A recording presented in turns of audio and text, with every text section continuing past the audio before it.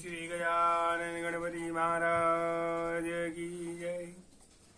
गरुड़ जी महाराज की जय। 8वां अध्याय आतुरकालीन मरणकालीन दान।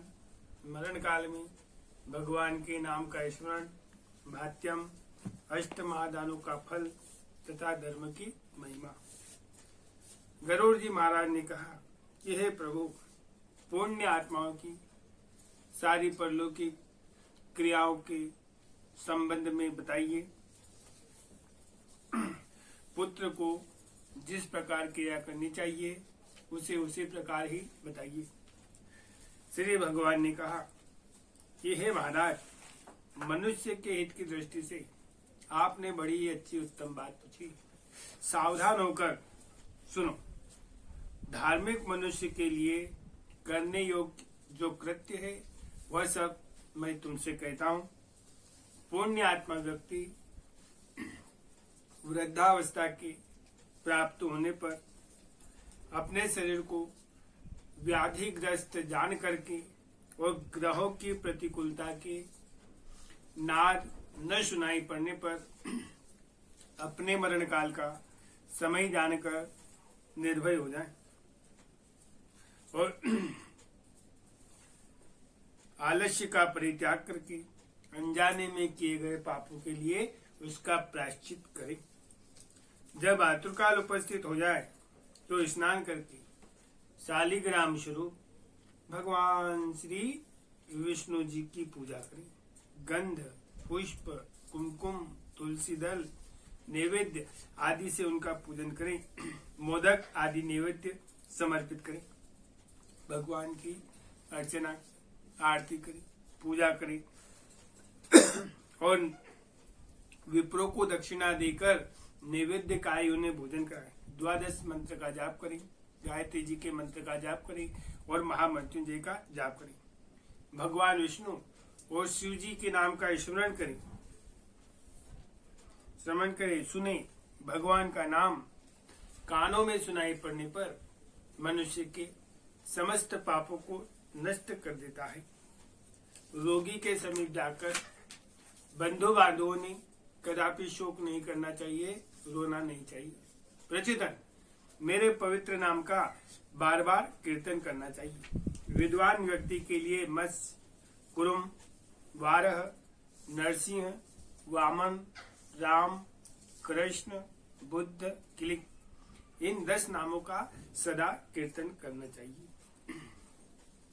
जो व्यक्ति रोगी के समीप जाकर उपरोक्त नामों का कीर्तन करता है वे ही उसके सच्चे बंधु बांधव हैं। कृष्ण यह मंगलमय नाम जिसकी वाणी से उच्चारित होता है उसके करोड़ों महापाप तत्काल ही भस्म हो जाते हैं, नष्ट हो जाते हैं।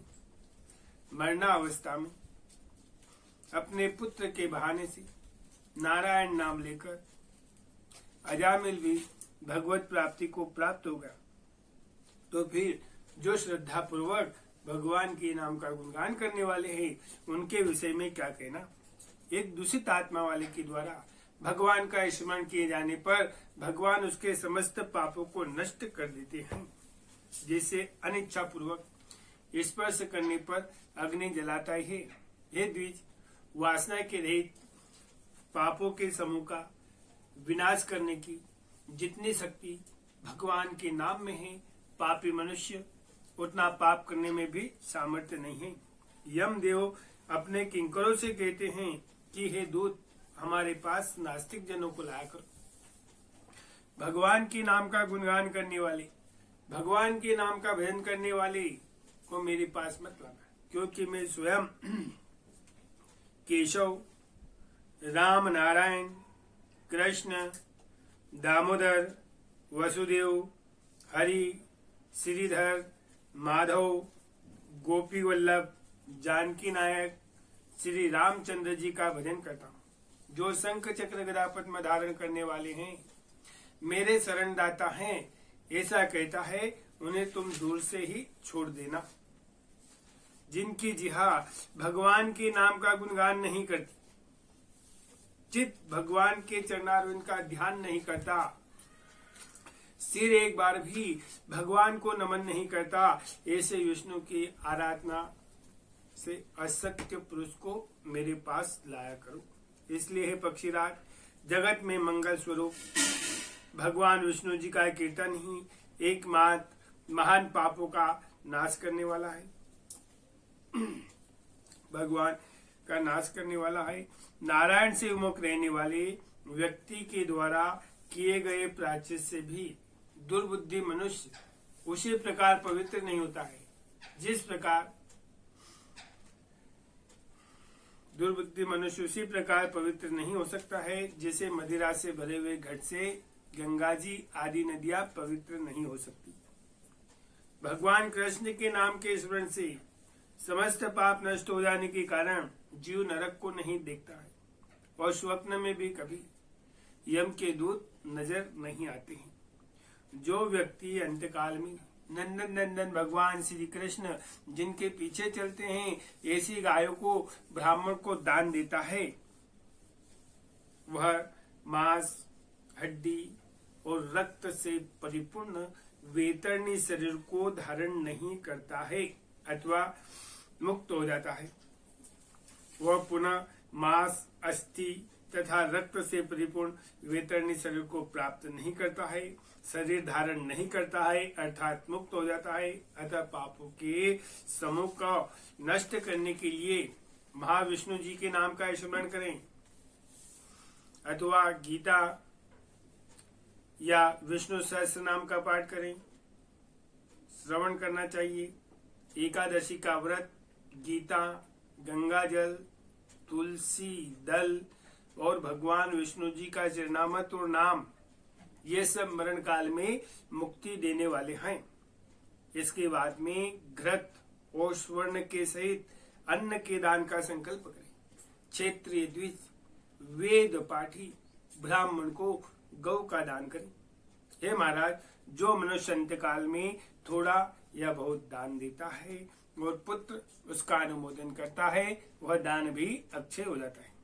सत्पुत्र को चाहिए कि अंतकाल में सभी प्रकार के दान दिलाए।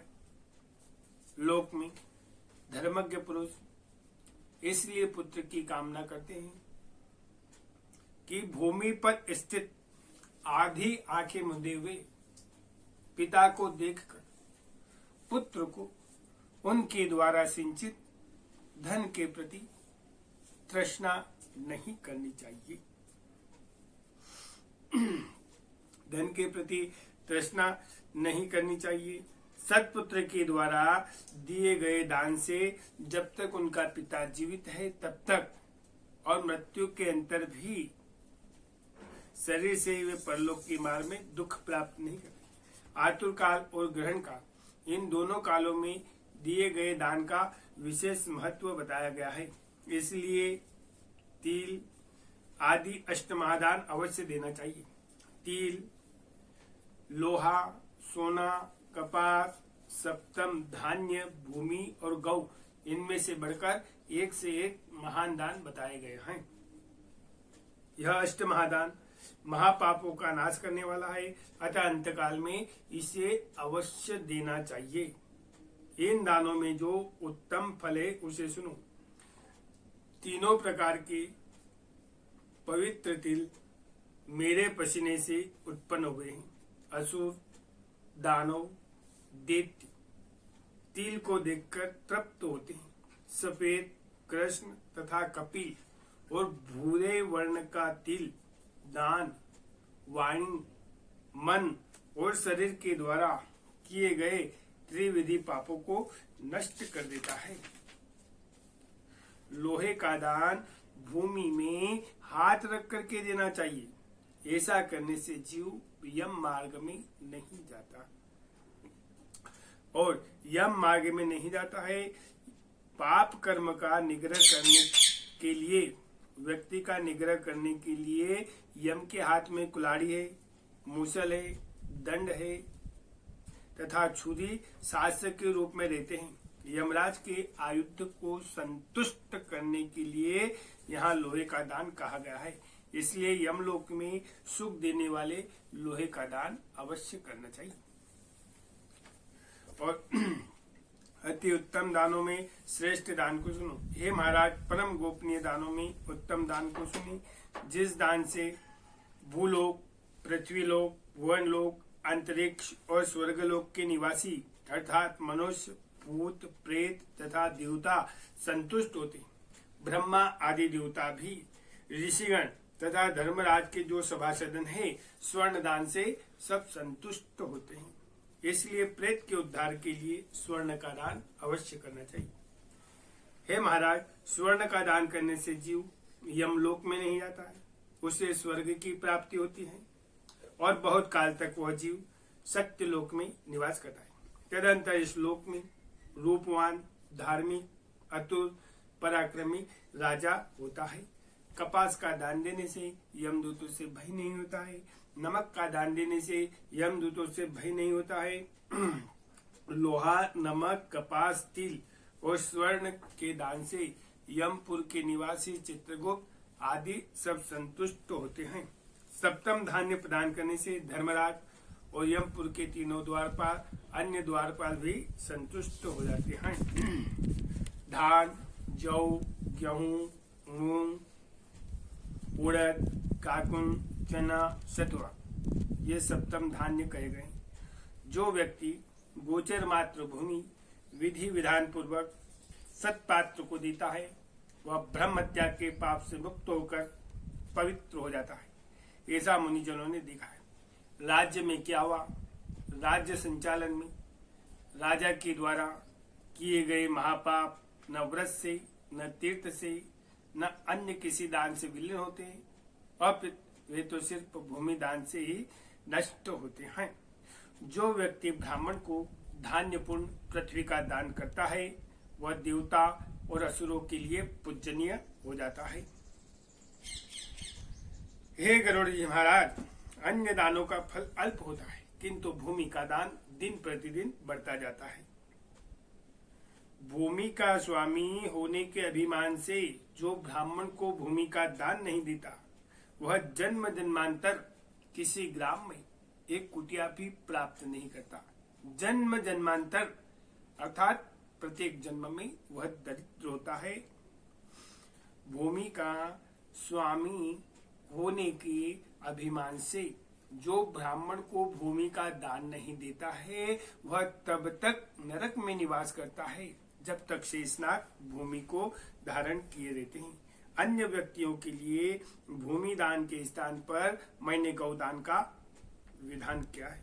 इसके बाद में अंतधेनु का दान करना चाहिए, रुद्र धेनु देनी चाहिए, तदंतर ऋण धेनु देकर मोक्ष धेनु का दान करना चाहिए। हे महाराज, विशेष विधान पूर्वक वेतरणी गौ का दान करना चाहिए। दान में दी गई गौवें मनुष्य के आध्यात्मिक पापों का नाश करती है, कायिक, वाचिक, मानसिक सभी पापों से मुक्ति दिलाती है। बाल अवस्था, कुमार अवस्था, युवावस्था, वृद्धावस्था अथवा दूसरे जन्म में, रात्रि में, प्रातःकाल, मध्यांतर में, दोनों संध्याओं के समय शरीर से, मन से, वाणी से जो जो पाप किए गए हैं, वे सभी तपस्या और सदाचार से युक्त वैदिक ब्राह्मण को दूध देने वाली कपिला गौ का दान अवश्य करना चाहिए। दान में दी गई गौवें अंतकाल में गौदान करने वाले के सिंचित पापों का उद्धार कर देती है। स्वस्थ अवस्था में दी गई एक गौ, आतुर अवस्था में दी गई 100 गौ और मृत्यु काल में व्यक्ति के द्वारा दी गई 1000 गौ के दान का फल वह प्राप्त करता है। यहाँ विधि पूर्वक 1 लाख गौ के दान का फल प्राप्त होता है। यहाँ स्वस्थ अवस्था में गौ दान करने का विशेष महत्व बताया गया है। तीर्थ में सत्पात्र को दिया गया 1 गौ का दान अक्षय गुना होता है। सत्पात्र में दिया गया दान अक्षय गुना होता है और उस दान से दाता को अनंत श्रेय की प्राप्ति होती है।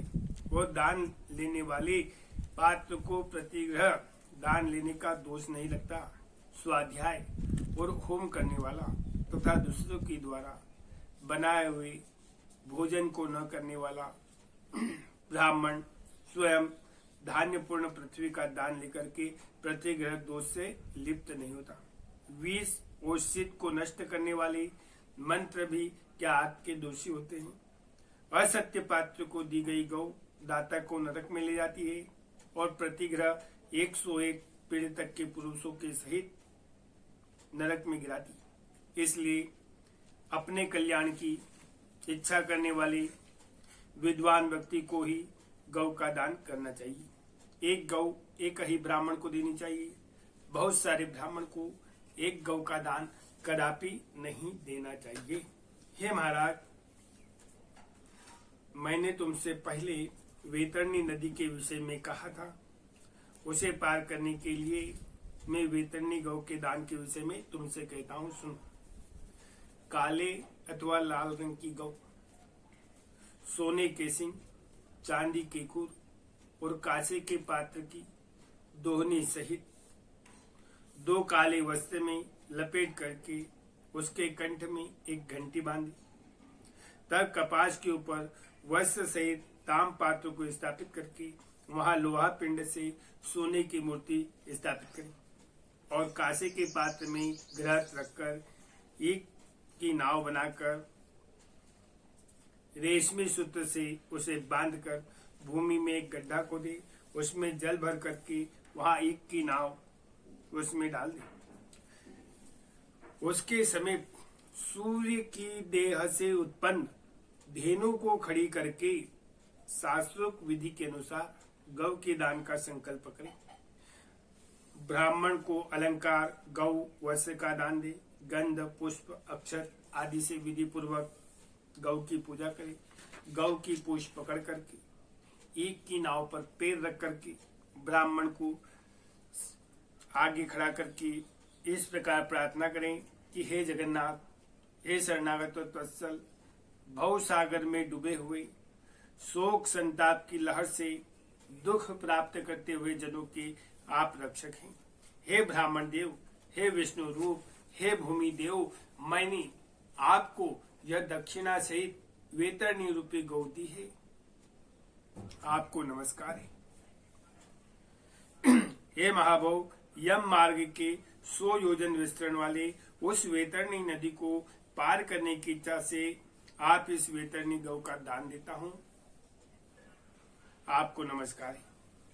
हे वैतरणी धेनु, हे देवेश, यम द्वार के महामार्ग में वैतरणी नदी को पार करने के लिए आप मेरी प्रतीक्षा करना। मैं आपको नमस्कार करता हूँ। मेरे आगे भी गाय हो, मेरे हृदय में गाय हो, मेरे हृदय में गाय हो और मैं गौ के मध्य में निवास करूं। जो लक्ष्मी सभी प्राणियों में प्रतिष्ठित हैं, वे धेनु रूपा हमारे समस्त पापों को नष्ट करें। इस प्रकार भली भांति प्रार्थना करके हाथ जोड़ करके गौ और यम की प्रदक्षिणा करके सब कुछ ब्राह्मण को दान करें। हे महाराज, इस विधान से जो वैतरणी धेनु का दान करता है वह धर्म मार्ग से धर्मराज की सभा में जाता है। शरीर की स्वस्थ अवस्था में भी वैतरणी का दान करना चाहिए। यह वैतरणी गौ का दान करने से महामार्ग में वह नदी नहीं आती है, इसलिए सर्वदा पुण्य काल में गौदान अवश्य करना चाहिए। गंगा आदि सभी तीर्थ में, ब्राह्मणों के निवास स्थान में, चंद्र और सूर्य ग्रहण काल में, संक्रांति अमावस्या तिथि में, उत्तरायण, दक्षिणायन, कर्क और मकर संक्रांति में अर्थात मेष तुला में, संक्रांति में, युगा तिथि में तथा अन्य पुण्य काल में गौदान अवश्य करना चाहिए। जब कभी भी श्रद्धा उत्पन्न हो जाए और जब भी दान देने के लिए सुपात्र ब्राह्मण मिल जाए, वही समय दान के लिए पुण्य काल है, क्योंकि संपत्ति अस्थिर है, शरीर नश्वर है, संपत्ति सदा साथ रहने वाली नहीं और मृत्यु प्रतिक्षण निकट चली आ रही है। इसलिए धर्म का संचयन करना चाहिए। अपनी धन संपत्ति के अनुसार किया गया दान अनंत फल वाला होता है। इसलिए अपने कल्याण की इच्छा रखने वाले व्यक्ति को विद्वान ब्राह्मण को ही गौ का दान करें। अपने हाथ से अपने कल्याण के लिए दिया गया अल्पचित वाला वह दान भी अक्षय होता है और उसका फल भी तत्काल प्राप्त होता है। दान रूपी पद को लेकर जीव परलोक के महामार्ग में सुखपूर्वक जाता है, अन्यथा दान रूपी पद से रहित प्राणी यम मार्ग में कलेश ही कलेश प्राप्त करता है। पृथ्वी पर मनुष्य के द्वारा जो दान दिया जाता है यमलोक के मार्ग में वे सब आगे आगे उपस्थित हो जाते हैं। महान पुण्य के प्रभाव से मनुष्य जन्म प्राप्त होता है। उस मनुष्य योनि को प्राप्त करके जो व्यक्ति धर्म करता है वह परम गति को प्राप्त होता है और धर्म को न जानने के कारण व्यक्ति संसार में दुखपूर्वक जन्म लेता है और मर जाता है। केवल धर्म के सेवन से ही मनुष्य का जीवन सफल है। धन, पुत्र, पत्नी आदि बंधु बांधव और यह शरीर भी सब कुछ अनित्य है, इसलिए धर्म अवश्य करना चाहिए। जब तक मनुष्य जीता है तभी तक बंधु बांधव और पिता आदि का संबंध रहता है। मरने के अंतर क्षण मात्र में सारा स्नेह, सारा प्यार सब निवृत्त हो जाता है। जीवित अवस्था में अपनी आत्मा ही अपना बंधु है, ऐसा बार बार विचार करना चाहिए।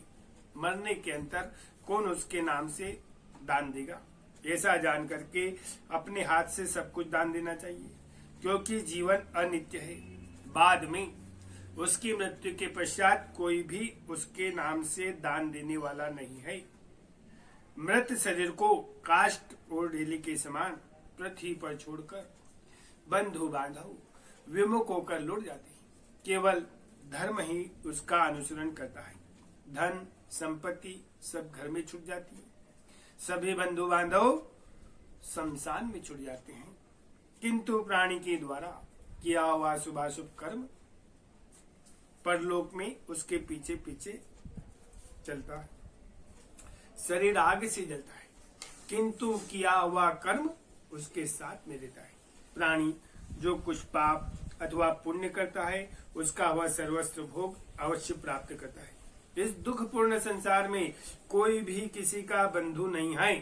प्राणी अपने कर्म के संबंध से संसार में आता है और उसका फल भोग करके कर्म का क्षय होने पर पुनः अपने गतियों को चला जाता है, अर्थात मृत्यु को प्राप्त हो जाता है।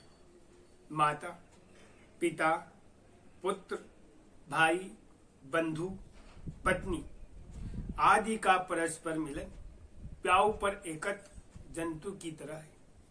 नदी में बहने वाले काष्ठ की तरह चंचल है। किसका पुत्र, किसकी भार्या और किसका धन, संसार में कोई भी किसी का नहीं है, इसलिए अपने हाथ से सब कुछ दान कर देना चाहिए। जब तक धन अपने अधीन है तब तक ब्राह्मण को दान करे, क्योंकि धन दूसरों के अधीन पराया हो जाने पर दान करने के लिए दान देने का साहस उत्साह ही समाप्त हो जाएगा। जब तक धन अपने अधीन है तब तक ब्राह्मण को दान करे, क्योंकि धन दूसरों के अधीन पराया हो जाने पर दान देने के लिए दान करने का उत्साह साहस ही समाप्त हो जाएगा। पूर्व जन्म में किए हुए दान के फलस्वरूप यहाँ बहुत सारा धन, वैभव, लक्ष्मी प्राप्त हुआ है, इसलिए ऐसा जान करके धर्म के लिए धन देना चाहिए। धर्म से अर्थ की प्राप्ति होती है, धर्म से काम की प्राप्ति होती है और धर्म से ही मोक्ष की प्राप्ति होती है, इसलिए धर्म अवश्य करना चाहिए। धर्म श्रद्धा से धारण किया जाता है, बहुत सारी धनराशि से नहीं। मुनिगण भी श्रद्धावान होकर स्वर्ग को प्राप्त हो गए। जो मनुष्य पत्र, पुष्प, फल अथवा जल मुझे भक्ति भाव से समर्पित करता है, उसके द्वारा भक्ति पूर्वक दिए गए पदार्थ को मैं प्राप्त करता हूँ। इसलिए विधि विधान पूर्वक अवश्य ही दान करना चाहिए, थोड़ा हो या कम, इसकी बिल्कुल भी गणना नहीं करनी चाहिए। जो पुत्र पृथ्वी पर पड़े हुए आतुर पिता के द्वारा दान दिलाता है वह धर्मात्मा पुत्र देवताओं के लिए पूजनीय होता है। माता पिता के निमित्त जो धन पुत्र के द्वारा सत्पात्र को समर्पित किया जाता है, उससे पुत्र के द्वारा वह व्यक्ति स्वयं भी पवित्र हो जाता है। पिता के उपदेश से किए गए दान से 100 गुना, माता के उपदेश से किए गए दान से 1000 गुना, और बहन के उपदेश से किए गए दान से 10,000 गुना, और सगे भाई के निमित्त किए गए दान से अनंतशय की प्राप्ति होती है। दान देने वाला उपग्रह नहीं होता है, उसे नरक यातनाएं प्राप्त नहीं होती है, और मृत्यु काल में उसे यमदूतों से किसी भी प्रकार का कोई भय नहीं होता। हे महाराज, यदि कोई व्यक्ति लोभ से आतुर काल में दान नहीं देते हैं, वे कंजूस पापी प्राणी मरने के अंतर शोकमग्न होते हैं। आतुर काल में आतुर के उपदेश से जो पुत्र पौत्र सगा भाई बंधु सजन दान नहीं देते हैं, वे ब्रह्मत्यारी होते हैं, इसमें संशय नहीं। इस प्रकार गरुड़ पुराण के अंदर के सरोद्वार में 8वां अध्याय। बोलिए श्री राधे कृष्ण भगवान की जय, गरुड़ जी महाराज की जय। राधे राधे।